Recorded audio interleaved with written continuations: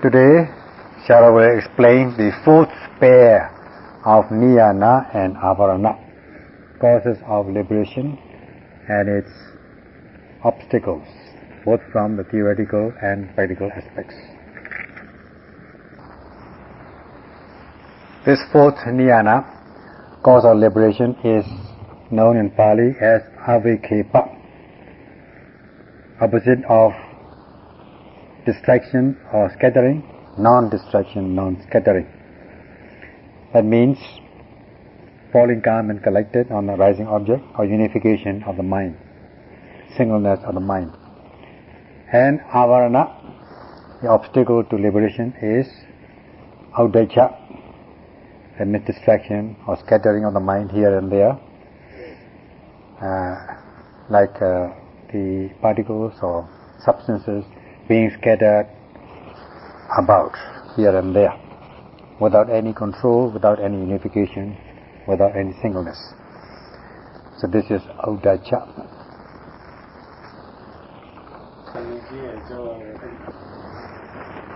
This Avikepa, non-distraction, non-scattering, unification of the mind, or one-pointedness of the mind, singleness of the mind, is the cause for the liberation of the noble ones. And the reason for calling this as Niyana is because this is the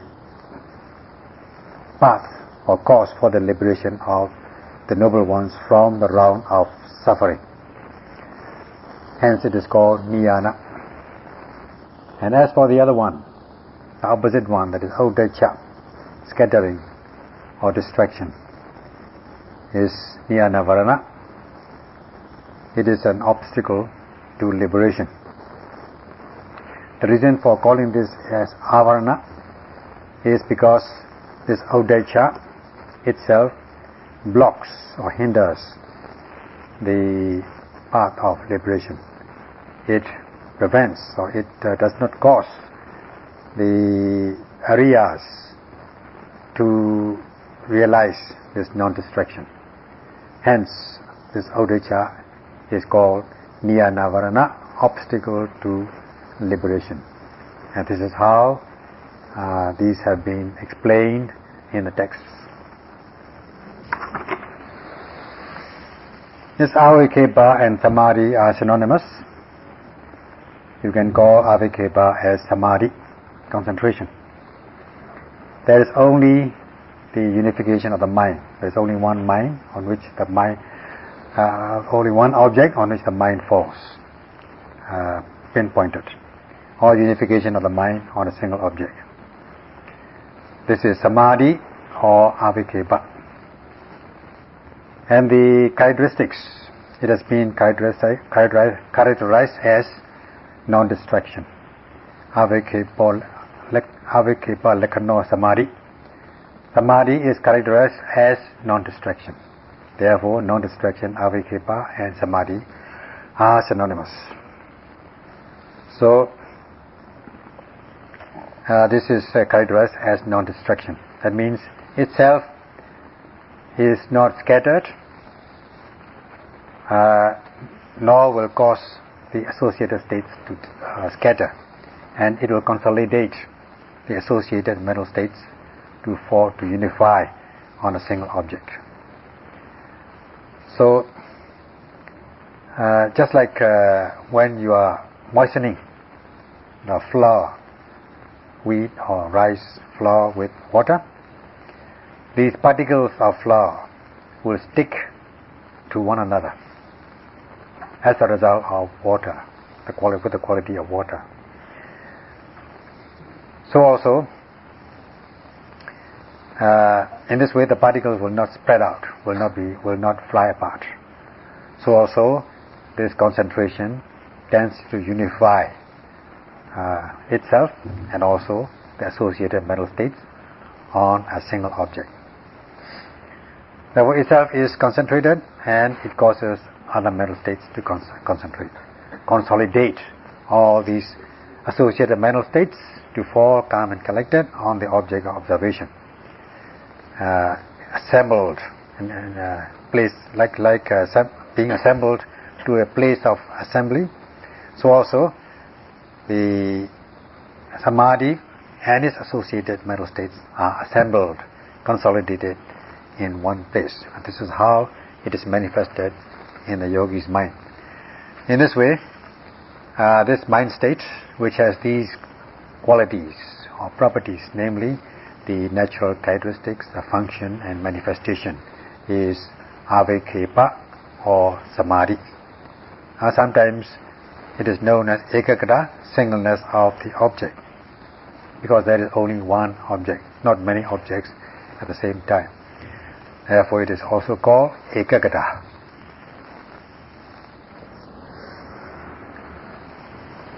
This samadhi concentration is also two kinds, pabandha and khanika.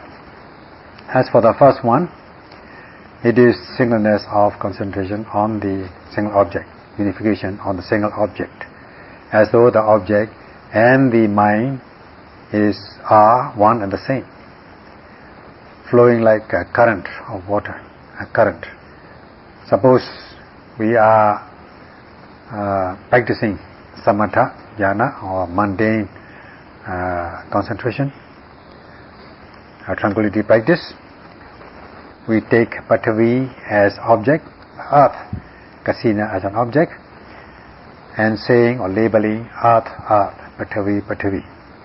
And one is only paying attention to one object only, focusing on one object, namely the earth, Kasina.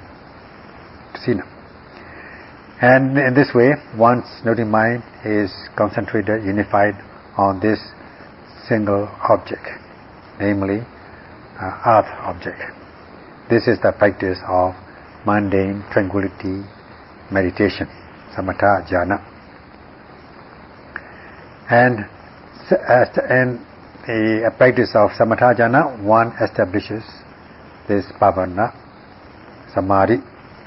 Here we are practicing vipassana, so we are concerned with khanika samadhi, that is the second kind of samadhi concentration, momentary concentration. Momentary concentration is the concentration which arises on the object, continuously arising object or psychophysical phenomena as they arise, one after one, momentarily, as they arise momentarily. And this is khanika samadhi, momentary concentration.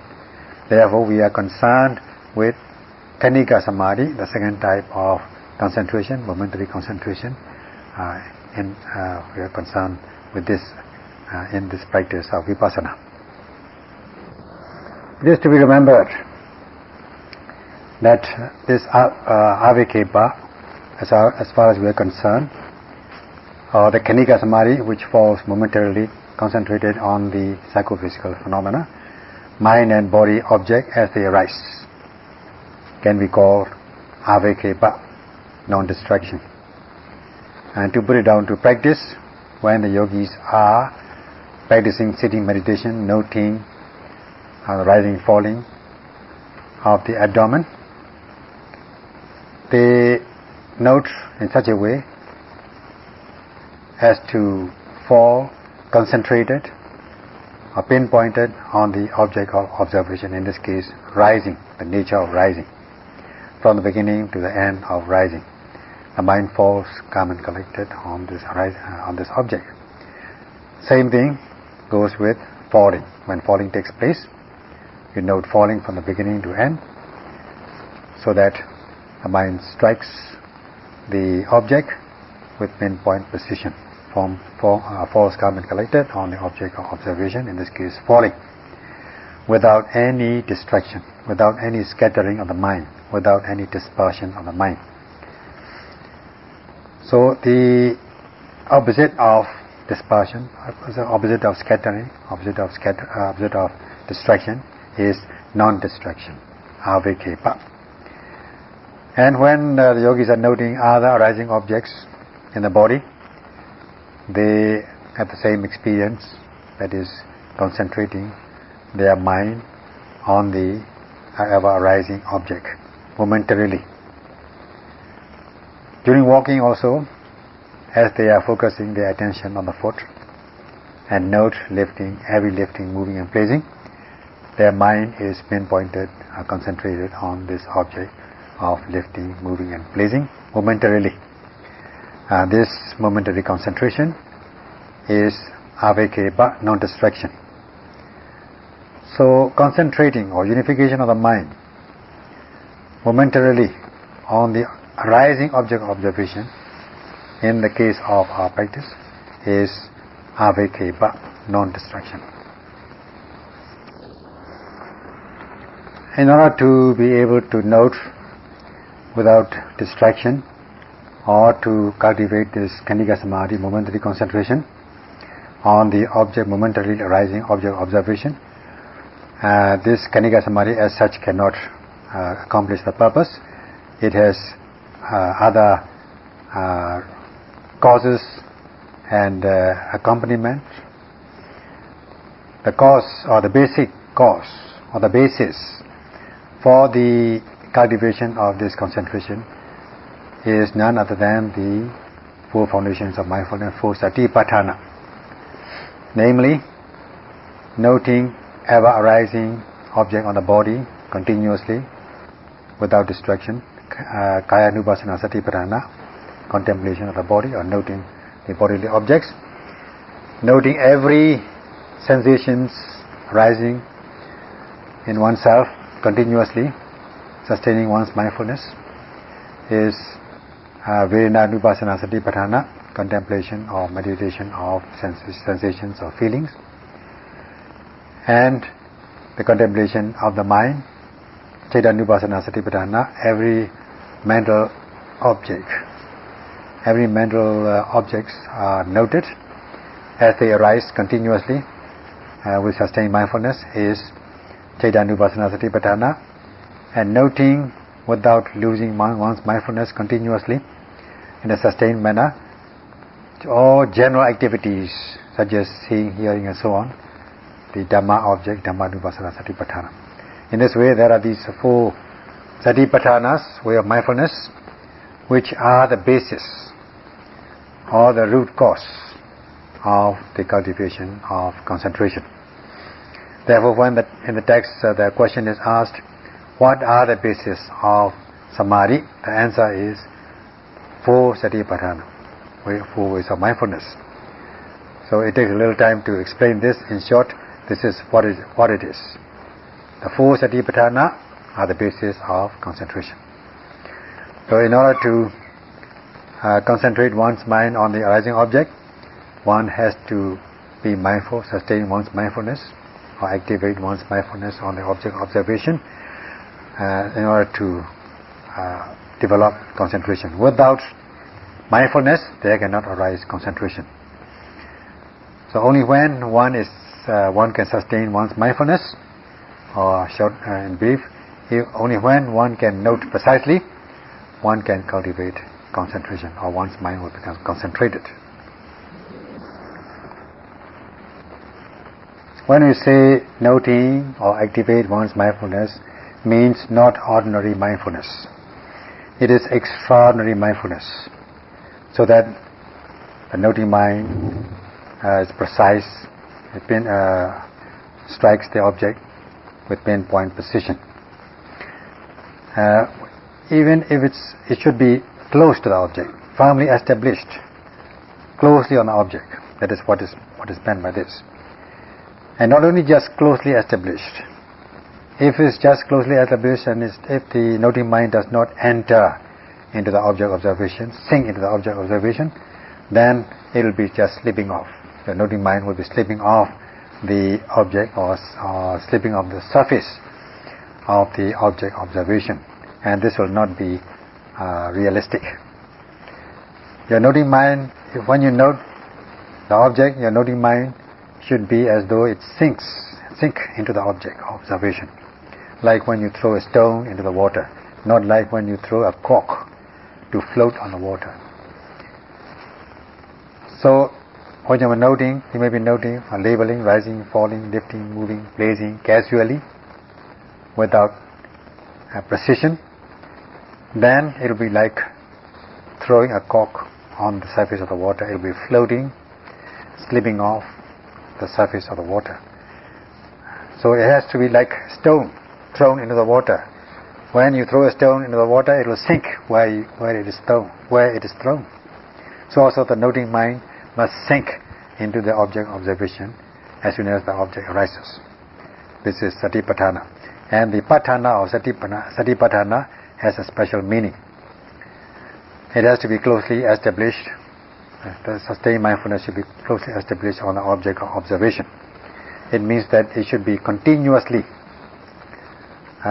established on the object of observation, automatically like current. It should flow like current, or like a stream. It should be closely established, and the noting mind should sink into the object as though it sinks with the object. This is given by the expression Aukante Dava Pavodati, entering and sinking into the object. So, and also when one is entering and sinking into the object, there has to be that the element of speed is necessary. There are three kinds of speed, roughly: slow speed, medium speed, and fast speed. So it should be fast speed, otherwise you will not be able to catch up with the object of observation. So one has got to rush to the object of observation. This is given by the expression Pekkante Dava Pavoditi. It has to be speedy, rushing into the object of observation.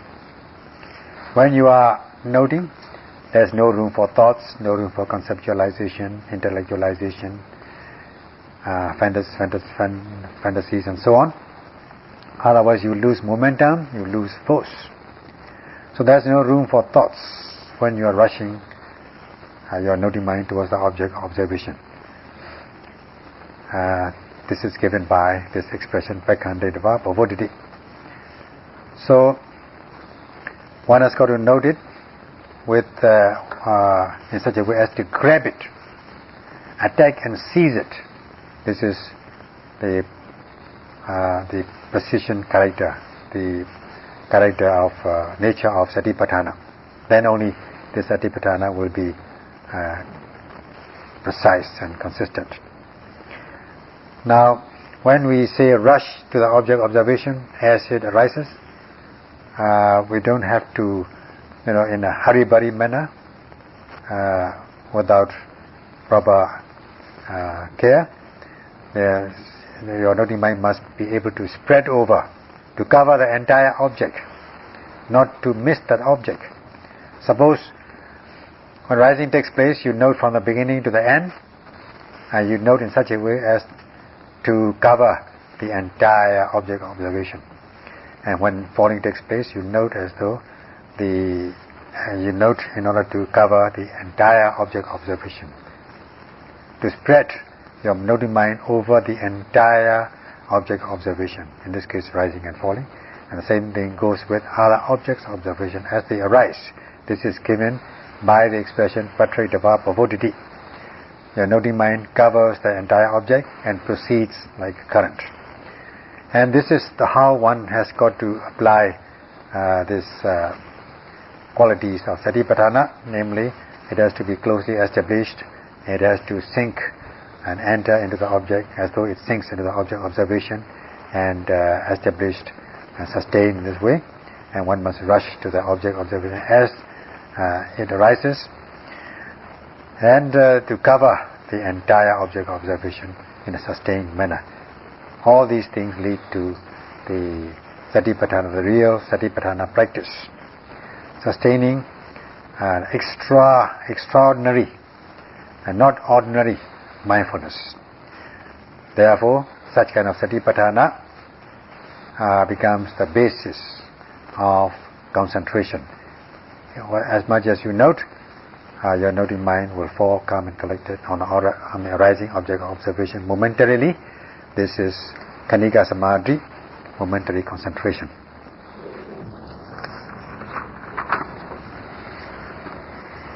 In this way, in order to cultivate this kind of mindfulness, activate this kind of mindfulness, with all the properties just mentioned, be closely established to sink into the object and to note as though it sinks into the object, and to rush to the object observation as soon as it arises, and to cover the entire object observation. And in order to get this high quality mindfulness, there has to be an accompaniment or support or assistance in the form of virya, heroic energy. Now, this virya is a driving power to direct the noting mind towards the object of observation constantly, always, all the time, even at the risk of one's body and life, with the application of samabhidana, the 4 elements of striving, 4 kinds of right striving. This as will be explained later. So let my bones, you must be resolved, determined, with a strong adhitthana, determination. Let my bones, let my skin, let my sinews dry up, or let my blood dry up, and I will not give in. That sort of thing. Even if I am left with just bones and sinews, without anything, let my blood dry up, or skin dry up, I will not give in. So the yogi should have this kind of resolution, even at the risk of one's life. So this with the application of the 4 right kinds of striving, namely, not to let the unwholesome, unprofitable states to arise, and if unprofitable states have already risen, one should note and overcome them. And as about profitable deeds, to allow the profitable deeds to arise, and if the profitable deeds have already arisen, to develop it further, to strengthen this further. So in this way, one should be fulfilled with these 4 right kinds of striving.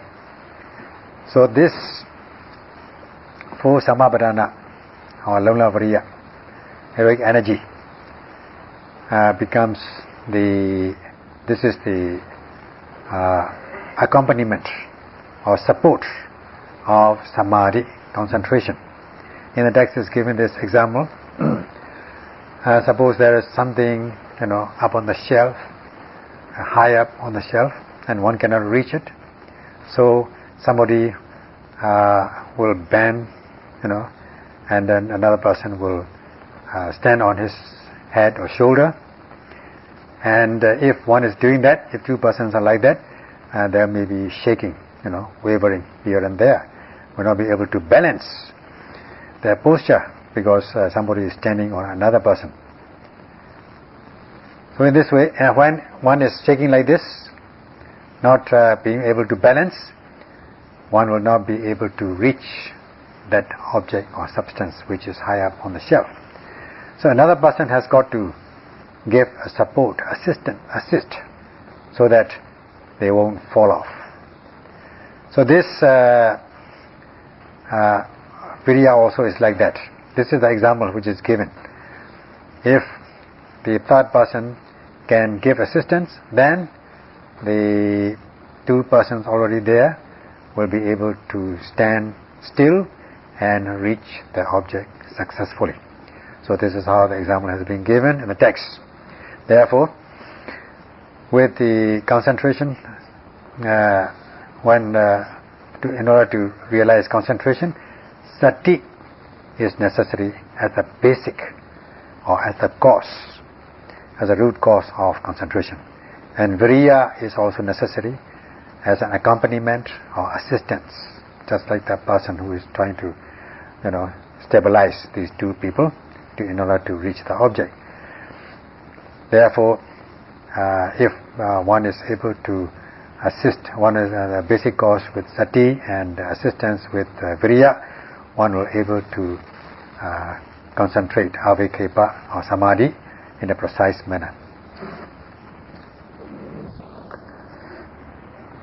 When one is concentrating one's mind on the object of observation, in this case Khanika Samadhi, momentary concentration, not to distract or not to scatter one's mind, we can take that viriya and sati, heroic energy and mindfulness are automatically involved in the accomplishment of this concentration.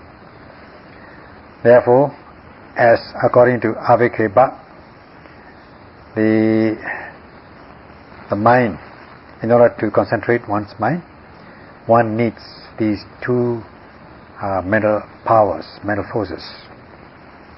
Correlating this viriya, sati, samadhi and applying them repeatedly, developing is samadhi bhavana or avikhepa.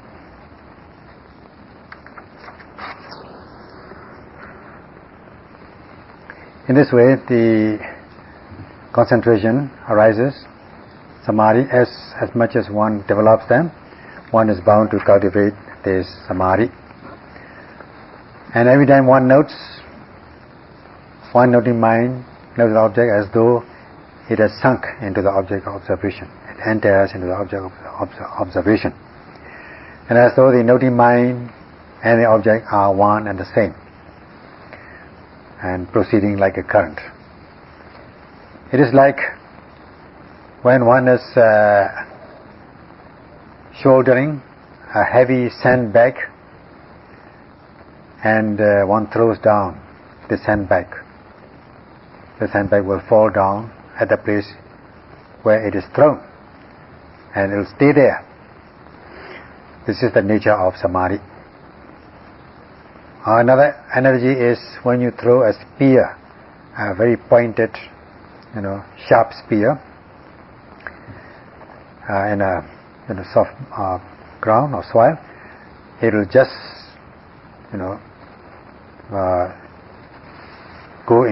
sink into the soil and into the ground, and it will stay there without moving. It will sink into the ground without moving, without movement, without distractions. And also another analogy is you throw something which is very sticky on the wall. It will stick there and not move. So this way, as one notes the mind and body object, although the psychophysical objects are changing, although you are noting a variety of these mind-body objects, the concentration is one-pointed. Momentary concentration arises, Khanika Samadhi, in a pinpointed manner. This is Avikhepa or Avikhepa Samadhi.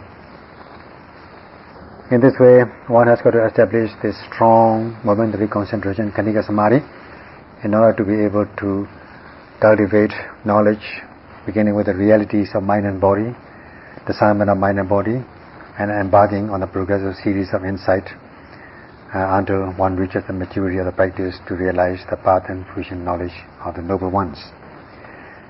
And hence, this Khanika Samadhi, or Avikhepa Samadhi, is a cause for the liberation of the Noble Ones. Hence, every time one notes, and every time one's mind is concentrated, every time one establishes Khanika Samadhi, this becomes the cause for the liberation of the Noble Ones, Niyana. Therefore, Khanika Samadhi is to be depended upon. One has got to rely on this momentary concentration to arise every second of the practice with the assistance, with the correlation of these two other mental factors, namely viriya and sati, as the basic cause and accompaniment. And it is necessary to correlate these mental powers. One is noting an object of observation, the mind tends to fly off, wander off, and it is about to go away. And in this way, the object and noting mind are not sticking to each other. The noting mind is not properly firmly established on the object observation. There is some kind of distraction There's no one-pointedness, no concentration, no unification of the mind. All the noting mind and object are not sticking to each other. It is somewhat removed from each other. This is Uddhacca, restlessness or distraction. In short, the noting mind is not sticking the object or striking the object of observation, not sticking to the object of observation. If the mind is removed, somewhat removed from the object of observation, is not sticking to the object of observation, this is Uddhacca. It is not sticking to the object of observation. Not only is it not sticking, or is it removed from the object of observation, it is flying away, or thrown away, cast away, without any control, getting out of control. This is Vikhepa. The mind has flown off. So Uddhacca means separated or removed from the object, not sticking to the object of observation. Vikhepa means cast away or thrown away from the object of observation. All these two things are taken, given, this Uddhacca as given as Uddhacca. Or Uddhacca is rendered as these two things. Because of Uddhacca, the mind will not stay on the object of observation. It will go here and there. It will run away from the object. If this Uddhacca is weak, it will go away in a weak manner. If it is strong, then, if it is powerful, then it will not only run, it will just be cast away, far away from the object of observation. It will be cast away. So, regarding the practice also, in the course of practice also, one's mind may get distracted, like the children who are not properly controlled or managed by the parents, by the guardians, and they become delinquent because they associate with other bad children. They become bad and delinquent. The same thing goes with the mind. The mind is not properly controlled, not properly concentrated. Therefore, when the mind meets with raga or lust, when it associates with lust or lustful object, the craving will arise. When it associates with anger or ill will, it will become angry. It will be overwhelmed by anger or ill will. In this way, the mind also will degenerate. So, if one is not able to note precisely the object of observation and be aware of the nature of the objects, then one will become confused, bewildered and deluded. Then also it will be like delinquent children. It becomes, one will become disappointed and desperate and disappointed.